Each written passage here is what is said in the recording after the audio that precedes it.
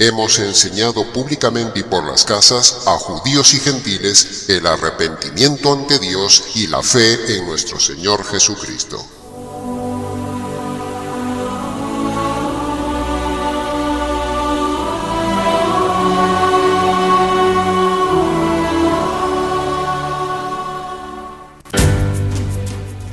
Muy buenos días, muy buenas tardes o quizás muy buenas noches, estimado oyente, según sea la hora y el país donde se encuentre escuchando este programa. Les habla nuevamente el pastor bautista Nikos Ricoy, director del programa Encuentros y del Ministerio Tinajas, llenando siempre a cada persona que nos escucha con el agua fresca y limpia de la palabra desde aquí en España. Saludamos muy cordialmente a todos nuestros seguidores y oyentes desde Canadá hasta el sur de Chile. Muy bienvenidos una vez más a todos y muchas gracias por venir al encuentro de hoy de nuestro programa Encuentros.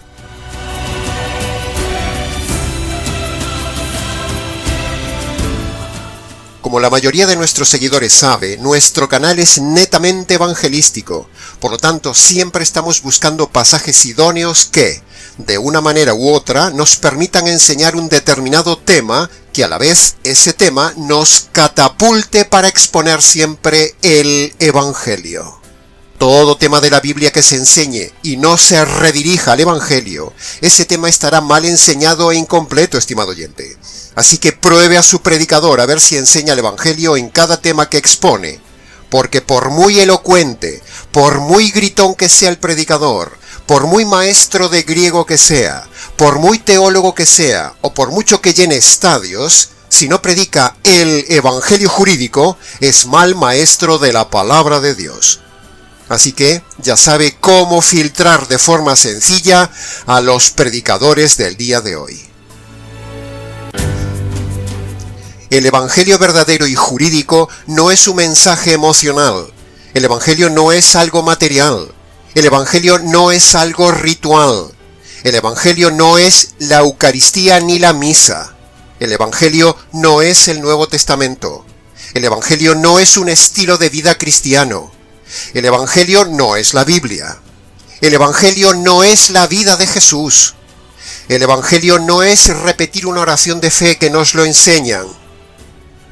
El Evangelio es un mensaje concreto dado por el Señor Jesús para todos los hombres, estimado oyente. Un mensaje con dos condiciones sin las cuales nadie sería salvo y que veremos a lo largo del programa. Predicar el Evangelio al mundo es un mandato prioritario del Señor Jesús. Él no nos mandó que predicáramos temas de la Biblia a los inconversos, no. El Señor no mandó predicar temas de la Biblia al perdido. Al inconverso no se le predica moralidad, ni cómo ganar dinero, ni escatología, ni profecía, ni mensajes de motivación, ni bendiciones, ni prosperidad, ni se le despiertan las emociones con la música.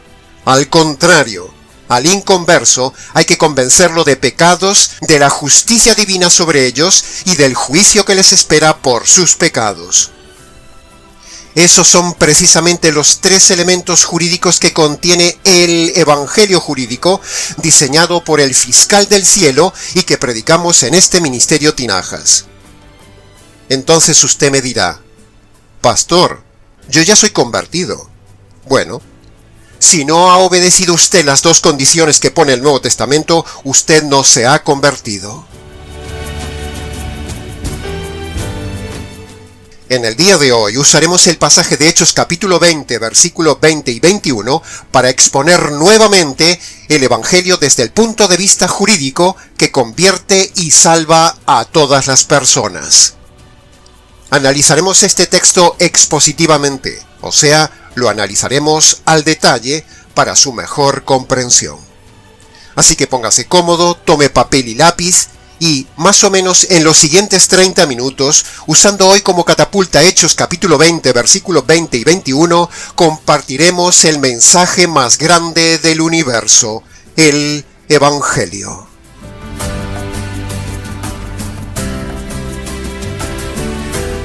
En el Antiguo Testamento, desde Adán, siguiendo por Abraham, Job y Jonás, pasando por todos los sacrificios del tabernáculo y del templo, y un largo etcétera de ejemplos más, en todos ellos vemos siempre las dos condiciones para la salvación que también tenemos en el pasaje de hoy.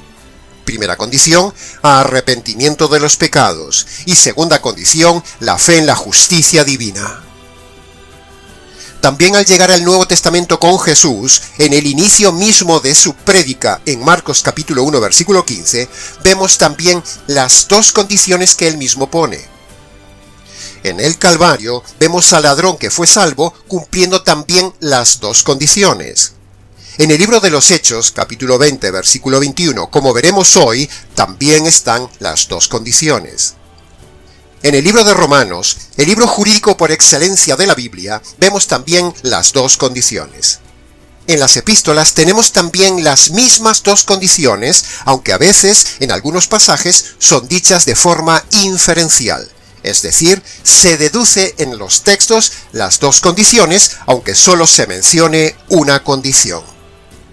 Hay textos en el Nuevo Testamento donde solo se nombra el arrepentimiento, pero se infiere la fe. En otros textos del Nuevo Testamento se nombra solo la fe, pero se infiere el arrepentimiento.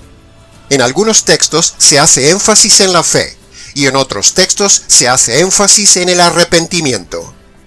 Así que, con esto, queda demostrado que las dos condiciones son una constante siempre en toda la Biblia, y son la necesidad de toda persona para ser salvo, y no eso de repetir una oración o la oración del pecador. No ese invento de aceptar a Jesús en el corazón, ni creer en las 4 leyes espirituales. No, no y no.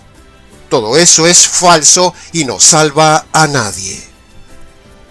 Lo único que salva es la obediencia a las dos condiciones del Evangelio, como veremos hoy una vez más, ratificando así nuestra tesis soteriológica, que no es otra que la tesis bíblica. Fraccionaremos el estudio de hoy, de Hechos capítulo 20, versículo 20 y 21, en 3 partes expositivas. Si se fija bien, cada parte del versículo tiene a la vez 2 partes. Cuando uno se sumerge en cada pequeña parte del texto bíblico, más y más se ilumina la mente y el entendimiento con más y más riqueza del incalculable tesoro bíblico. El estudio expositivo de la Biblia es fascinante, estimado oyente, y le animamos a practicar el noble hábito de estudio expositivo, y así usted mismo se asombrará de las maravillas escondidas en cada parte coralina de las profundidades de la palabra de Dios. Así que, sin más dilación, entremos entonces en el análisis y comentario de la primera parte del estudio de hoy, en el versículo 20, que dice: Hemos enseñado públicamente y por las casas.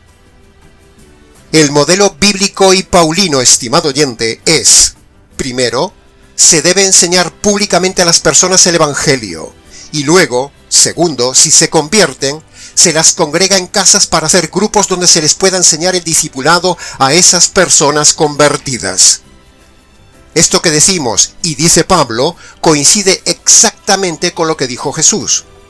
Id por todo el mundo y predicad el Evangelio, y luego haced discípulos enseñándoles todas las cosas que yo os he mandado. ¿Sabe una cosa radical, estimado oyente? Jesús y Pablo no nos mandan a hacer iglesias. Sí, ha oído bien. No hay ni un solo mandato, ni un solo pasaje bíblico en el Nuevo Testamento para que abramos iglesias. Eso es falso. Lo que hay que hacer es, como dice este versículo de hoy, primero, enseñar públicamente al inconverso el Evangelio, en las calles, en los parques, en las plazas, en internet, en la radio, donde sea.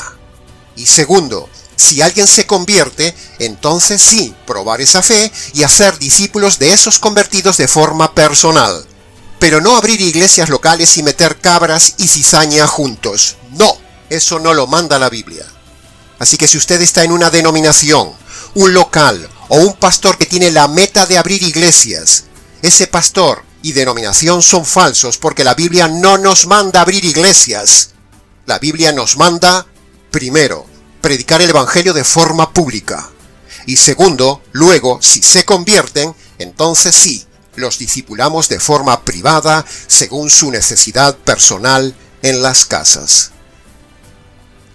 Los comodones y negociantes de la fe, pastores lobos y víboras pastoras, no hacen esto que dice Pablo, sino que solo les importa el negocio fácil de abrir iglesias, llenar locales y luego presionar engañosamente a la gente con eso de «no deje de congregarse, hermano». De esa manera, hacen más clientela y se hacen ricos en poco tiempo a costa de los ignorantes y a costa del trabajo de los demás. Este es el pastorado que mayormente hay en el día de hoy. Todo un negocio de la religión que la gente se traga como bíblico, pero es antibíblico. Que conste en acta. El método eclesial del Ministerio Tinajas con sus congregaciones es el método bíblico que vemos aquí con Pablo en Hechos capítulo 20, versículo 20. Y que vemos también en las palabras de Jesús y a lo largo del Nuevo Testamento, como puede ver en la pantalla. O sea, fíjese en esto. Si juntamos las palabras de Jesús de Mateo capítulo 28, versículo 19, con las palabras de Pablo en este versículo de hoy de Hechos capítulo 20, versículo 20, quedarían juntas más o menos así. Id predicando públicamente el Evangelio a todas las naciones. Y si alguien se convierte, haced discípulos, enseñándoles personalmente en sus casas todas las cosas que yo os he mandado. Esa sería la unión de este versículo de Pablo que estamos estudiando hoy con el mandato de Jesús de Mateo capítulo 28. Y así es precisamente como hacemos nosotros en este ministerio. Este ministerio no va por ahí abriendo locales para hacer negocio con esos locales y metiendo todo tipo de cabras y cizaña y luego los llamamos hermanos. ¡No! La iglesia no es un zoológico donde se mete todo tipo de bichos, sino que la iglesia solo es el grupo de ovejas convertidas por medio del evangelio jurídico.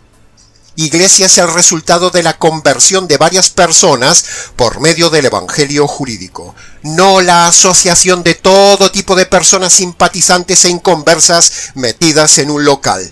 No, no y 1000 veces no. Denunciamos desde aquí ese método falso y negociante de hacer iglesias, metiendo todo tipo de gente en un local. Eso no es bíblico. Iglesia no es un local donde se hace negocio con el diezmo, donde se mete todo tipo de gente, cabras y cizaña, liderada por un lobo, por una víbora sensual. No. Iglesia no es ir a un local a escuchar un energúmeno vividor, o a escuchar un payaso, o un showman, o a escuchar una mujer rebelde vestida de forma ajustada y sensual. No, eso no es la iglesia de Cristo. Las iglesias del Nuevo Testamento, y que debe seguir siendo así en el día de hoy, son iglesias caseras, pequeñas, donde se pueda convivir, confraternizar, discipular, conocerse y estar seguro que dentro hay solo ovejas y no cabras, y que el pastor que lidera pueda filtrar y conocer a su oveja en su necesidad personal espiritual y formar otros hombres y mujeres para delegar y continuar la labor pastoral. Una iglesia casera es la iglesia bíblica, es la iglesia neotestamentaria. Da más trabajo, sí, pero es lo que manda el Señor.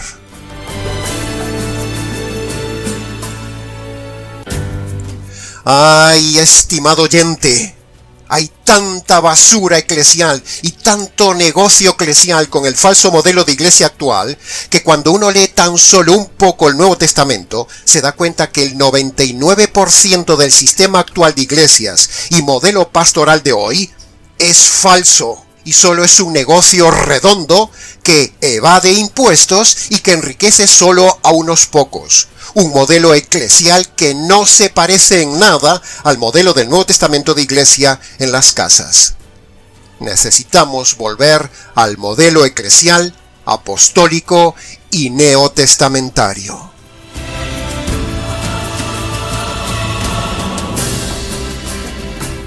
El lema del día de hoy en las empresas misioneras y grandes iglesias es abrir abrir y abrir nuevas sucursales bancarias mal llamadas iglesias. Pero, el lema bíblico no es abrir locales. El lema bíblico, como estamos viendo hoy, es, primero, predicar en público el Evangelio. Y segundo, luego, si se convierten, discipular en las casas a los discípulos ya convertidos. El lema de esas empresas eclesiales de hoy es abrir locales o megalocales con la excusa de predicar la palabra, pero, en realidad, la palabra es la excusa para el negocio de estos vividores mal llamados pastores y pastoras, que en realidad son lobos y víboras empresariales del negocio de la religión. Denunciamos desde aquí todo el sistema eclesial moderno de hoy que, primero, abre locales mal llamadas iglesias sin predicar el evangelio verdadero y jurídico en público. Segundo, ponen a falsos pastores que son lobos vividores para exprimir a las cabras con el diezmo, las primicias, el engaño de las bendiciones de la prosperidad y con el temor de no deje de congregarse. Tercero, denunciamos desde aquí el sistema del método falso de llenar iglesias simplemente con repetir una oración, aceptar a Jesús en el corazón o creer las 4 leyes espirituales. Todos estos 3 puntos que acabamos de decir no tienen nada que ver con el modelo neotestamentario de iglesia, el modelo eclesial del Maestro o el modelo paulino que vemos en Hechos capítulo 20, versículo 20. Pasemos ahora al análisis y comentario de la segunda parte del texto de hoy, en el versículo 21, que dice así: testificando a judíos y gentiles. La Biblia divide a la humanidad en 2 grupos, estimado oyente, judíos y gentiles. Los judíos son solo Israel, el pueblo de Dios, y los gentiles somos todo el resto de la humanidad. Ahora, el Evangelio es el mismo para un judío que para un gentil, pero, el Nuevo Testamento muestra 2 métodos diferentes de presentar el Evangelio. Uno, el método mesiánico dirigido a los judíos. Y el otro método, el método jurídico, está dirigido a los gentiles. Por eso en este canal usted nos oirá muchas veces hablar sobre el Evangelio jurídico, porque la grandísima mayoría de nuestra audiencia es gentil, a quienes se les debe explicar el Evangelio desde el punto de vista jurídico. El tremendo error que se ve en los ignorantes pastores del día de hoy es que aplican el método judío del evangelismo aplicado a los gentiles, y por eso no funciona ese evangelismo en los gentiles, y la gente no se convierte, sino que aún por encima, tristemente, son engañados. Dios ha puesto en su manual del evangelismo, la Biblia, 2 métodos diferentes de predicar el evangelio, según sea la persona, un judío o un gentil. Ahora, para no repetir hoy los mismos argumentos que ya hemos dado varias veces sobre este tema, tiene usted un vídeo en el canal específicamente y más extenso sobre este tema, titulado Enfoque judío, enfoque gentil. Le rogamos por favor que lo busque en el canal y que lo escuche como complemento a este mensaje. Pasemos ahora al análisis y comentario de la tercera parte en el versículo 21 que dice el arrepentimiento y la fe. Llegamos ahora, estimado oyente, al punto clave y práctico de este mensaje. Vamos entonces con el comentario de la primera parte. Si el texto dice arrepentimiento, entonces nos debemos preguntar, primero, ¿qué significa arrepentimiento? Y segundo, ¿de qué tengo que arrepentirme? Esas serían las 2 preguntas lógicas, básicas y automáticas del estudio de este pasaje. Entonces, si contestamos estas 2 preguntas de forma concreta, comprenderemos entonces mucho mejor esa parte del versículo 21 que nombra Pablo sobre el arrepentimiento ante Dios. Y luego veremos la otra parte, la parte de la fe en Jesucristo. Así que, sigamos. Entonces, arrepentimiento bíblico significa, apunte, reconocer los pecados y abandonarlos. Así de sencillo en lenguaje popular. Y segundo, ¿de qué tiene uno que arrepentirse? Pues sencillo, estimado oyente, escuche bien ahora una lista de lo que usted tiene que arrepentirse por haberlo hecho, por haberlo pensado o por haberlo anhelado en algún momento de su vida. Escuche con atención. Cientos de malos pensamientos, montones de mentiras, constantes malas actitudes, envidias, robos, venganza, rebeldía, deshonestidad, peleas, el amor al dinero, o sea, la avaricia, la codicia, o sea, no dar nada, la arrogancia, la amargura, la desobediencia, la pereza o la vagancia, los pleitos, los insultos, la traición, las quejas, la murmuración, la terquedad del corazón, la ira, las maldades, la negligencia, es decir, hacer las cosas mal hechas, la impaciencia, el maldecir, el burlarse de los demás, las palabras sucias, la autocompasión, la manipulación de los demás, el maltrato de los demás, el machismo, el feminismo,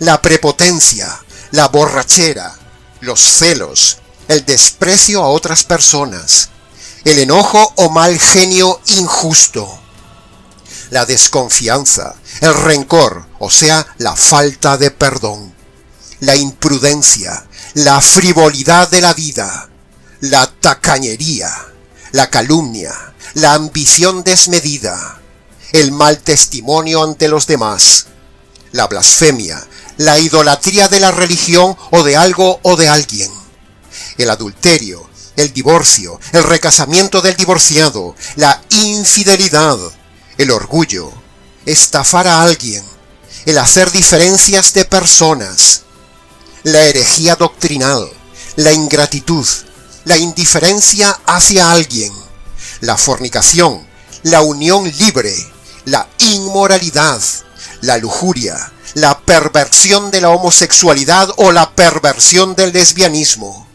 el egoísmo, el no hacer el bien que pueda hacer a otros, el griterío o el escándalo, los juramentos y las promesas no cumplidas, la insensibilidad humana, el racismo, el meterse en deudas innecesarias, el creer en el horóscopo o las adivinaciones, la superstición, la insolencia hacia los demás, los afanes de la vida, el odio, las injusticias cometidas contra otros, la cobardía, la religiosidad eclesial de los domingos, el meterse en las cosas ocultas, la soberbia, la coquetería, la sensualidad de las mujeres en su mal vestir, la dureza de corazón, los vicios, las enemistades con los demás, la falta de respeto a la autoridad o a los demás, la hipocresía, el amor a las cosas de este mundo, los chismes, el juramento y el perjurio, el ser desordenado, la suciedad, la impuntualidad, el hacer las cosas solo por interés, el engaño, la mentira y la hipocresía, la deshonra, el intento de suicidio, el homicidio o las ganas de matar a alguien, la glotonería y la gordura por comer sin orden, la falta de dominio propio, la incredulidad, el despilfarro del dinero, el aborto de un niño, la extorsión a la gente, la ludopatía, o sea, la esclavitud al juego, la vanidad, la ansiedad, el pesimismo, la depresión, el ser parcial con la gente, el hacer cosas contra la conciencia de uno, el no amar, el no ayudar, el estropear el cuerpo fumando, emborrachándose, en juergas, en drogas, en tatuajes, con anorexia, bulimia o con operaciones estéticas innecesarias solo por vanidad, la insensatez, o sea, hacer las cosas sin pensar, el vivir para el dinero, el temor, la desobediencia y la deshonra a los padres, el no leer la Biblia y el no hacer la voluntad de Dios según su palabra, etcétera, etcétera, etcétera. Toda esta lista que le hemos dado a modo de ejemplo es una muestra de los pecados que usted ha cometido en algún momento de su vida y debe reconocerlos y abandonarlos ante Dios, o sea, arrepentirse. Todo lo descrito antes, usted lo ha cometido, lo ha pensado o lo ha deseado en algún momento de su vida, y eso lo hace culpable ante Dios, lo condena ante Dios, y de eso es lo que usted tiene que arrepentirse ante Dios. Es decir, usted debe reconocer que lo ha hecho en el pasado y debe abandonar lo que esté haciendo de esos pecados aún en el presente. Esto es el verdadero arrepentimiento bíblico ante Dios que habla el versículo 21. Es la primera condición de la conversión y de la salvación, y luego veremos la segunda condición, pero antes permítame decirle esto. La mayoría de los predicadores mediocres del día de hoy cometen dos errores grandes en sus prédicas. Primer error es enseñar que con arrepentimiento solo ante Dios ya está uno perdonado. Pero eso es antijurídico y antibíblico. El arrepentimiento solo no salva ni perdona los pecados ante Dios, como varias veces hemos dicho en el canal. El segundo error de los predicadores, en su mayoría, es que solo hablan del arrepentimiento, pero de forma general. No son valientes de entrar en detalle, de mostrar a las personas de forma concreta los pecados de los cuales tienen que arrepentirse, como nosotros lo hemos hecho en el día de hoy. ¿Ha visto usted a algún pastor en su iglesia o en la red decir tantos pecados concretos a la audiencia, como hemos dicho hoy, para convencer a la gente de pecado, de justicia y de juicio que hay sobre ellos? ¿Sabe por qué no lo hacen? Sencillo, estimado oyente. Para no perder audiencia, que luego significaría perder dinero si la gente se le marcha de la iglesia por oír esos pecados. Pero nosotros somos valientes y confrontamos a la gente con sus pecados, y no nos importa si la gente se marcha por oír los pecados, porque la Biblia nos dice que no solo debemos decir a la gente que se arrepienta de sus pecados de forma general, sino que la Biblia nos da varias listas de pecados para decírselas concretamente uno a uno a la gente, para que así deban reconocer concretamente ante Dios, como dice el versículo 21, de qué tienen que arrepentirse. Así se enseña el verdadero arrepentimiento bíblico. Primero, diciendo que el arrepentimiento solo no salva. Y segundo, diciendo y mostrando los pecados concretos para que la gente sepa claramente la primera condición de la salvación. Arrepentimiento de los pecados sin la fe en la justicia de la cruz no perdona los pecados ni salva.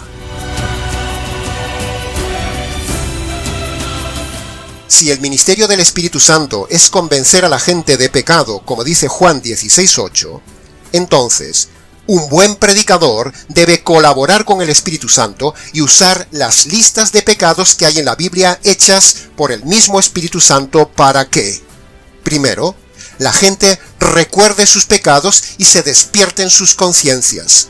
Segundo, para que sepan concretamente lo que es pecado y de qué arrepentirse. Tercero, para que sepan que esos pecados demandan justicia y juicio divino sobre ellos.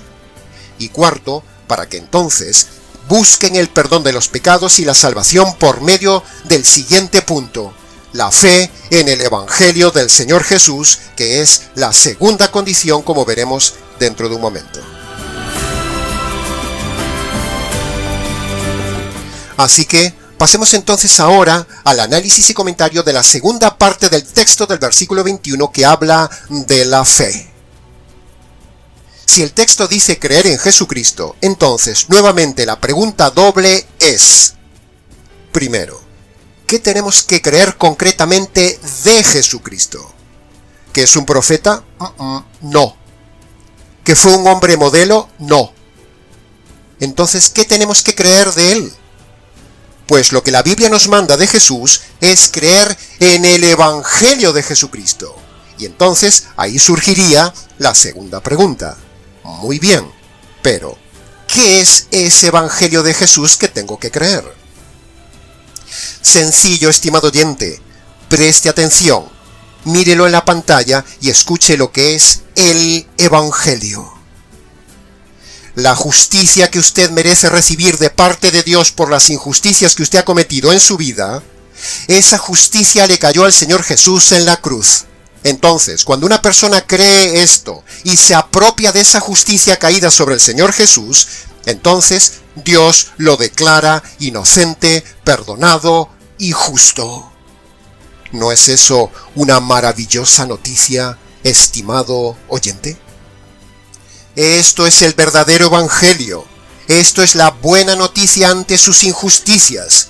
Y eso es lo que usted debe creer de Jesús, que es la segunda condición de la conversión, creer en el Evangelio del Señor Jesús. ¿Ve qué sencillo, claro y jurídico es todo esto bien explicado al detalle, estimado oyente?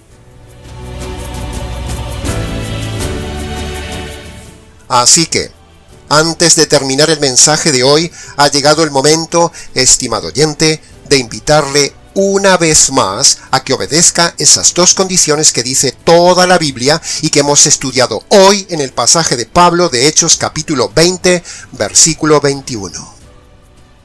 Busque un lugar tranquilo, quizás su habitación, por ser el lugar más íntimo y más personal. Cierre la puerta. Descálcese en señal de reverencia y póngase de rodillas delante del juez que usted ha ofendido toda su vida. Y allí, en sus palabras, reconozca sus delitos de forma concreta. Nosotros le hemos dado una lista como modelo. Reconozca sus delitos delante de Dios y abandone los pecados que está cometiendo en el tiempo presente. Esa sería la primera condición. Segundo, reconozca, agárrese, aprópiese de la justicia que le cayó al Señor Jesús en la cruz por sus injusticias. Esa sería la segunda condición. Y antes de levantarse, no deje de darle gracias al Señor por haber descubierto el verdadero Evangelio y el verdadero método de salvación. Luego, si quiere, como siempre decimos, venga y cuéntenoslo. ¿Sabe una cosa más, estimado oyente? Los que se han muerto hace unos días sin haber obedecido estas dos condiciones, acaban de empezar su tortura eterna. Los que se han muerto hace un año sin estas dos condiciones, confiando en su religión o confiando en la oración de fe, acaban de empezar su tortura eterna. Los que se han muerto hace 10 años sin la conversión por medio de las dos condiciones que hemos dicho, tan solo acaban de empezar su tortura eterna. Los que se han muerto hace 100 años, sin las dos condiciones bíblicas que hemos enseñado hoy, tan solo acaban de empezar su tortura eterna. Los que se han muerto hace 1000 años, sin la conversión verdadera por medio de las dos condiciones del Evangelio, tan solo acaban aún de empezar su tortura eterna. Y los que han muerto hace 4000 años sin la conversión, tan solo acaban de empezar recién su tortura eterna, porque 4000 años no son nada, no son ni siquiera el inicio de la eternidad. Así que escape de la tortura eterna, estimado oyente. Déjese de repetir una oración de fe como un loro. Déjese de la sandez de aceptar a Jesús en el corazón. Deje de lado las 4 inventadas leyes espirituales americanas, porque nada de esos inventos del negocio de la religión, nada de eso salva a nadie. Póngase las pilas y obedezca las dos condiciones que hoy le hemos enseñado. De usted depende su eternidad. Usted elige con su libre albedrío su destino eterno. Que conste en acta. Y hasta aquí, estimado oyente, con el nuevo mensaje evangelístico del día de hoy, basado fundamentalmente en Hechos capítulo 20, versículo 21. Mucho más se podría haber dicho del tema, pero con lo dicho es suficiente. Para preguntas, comentarios y demás, si quiere, escríbanos. nicos@gmx.es. Les ha compartido una vez más la verdad, solo la verdad y nada más que la verdad del tema, este evangelista Nikos Ricoy del Ministerio Tinajas, desde aquí en España, para todo el triple continente hispanoamericano. Será entonces con el gusto de siempre, hasta nuestro siguiente encuentro con la verdad en nuestro habitual programa Encuentros.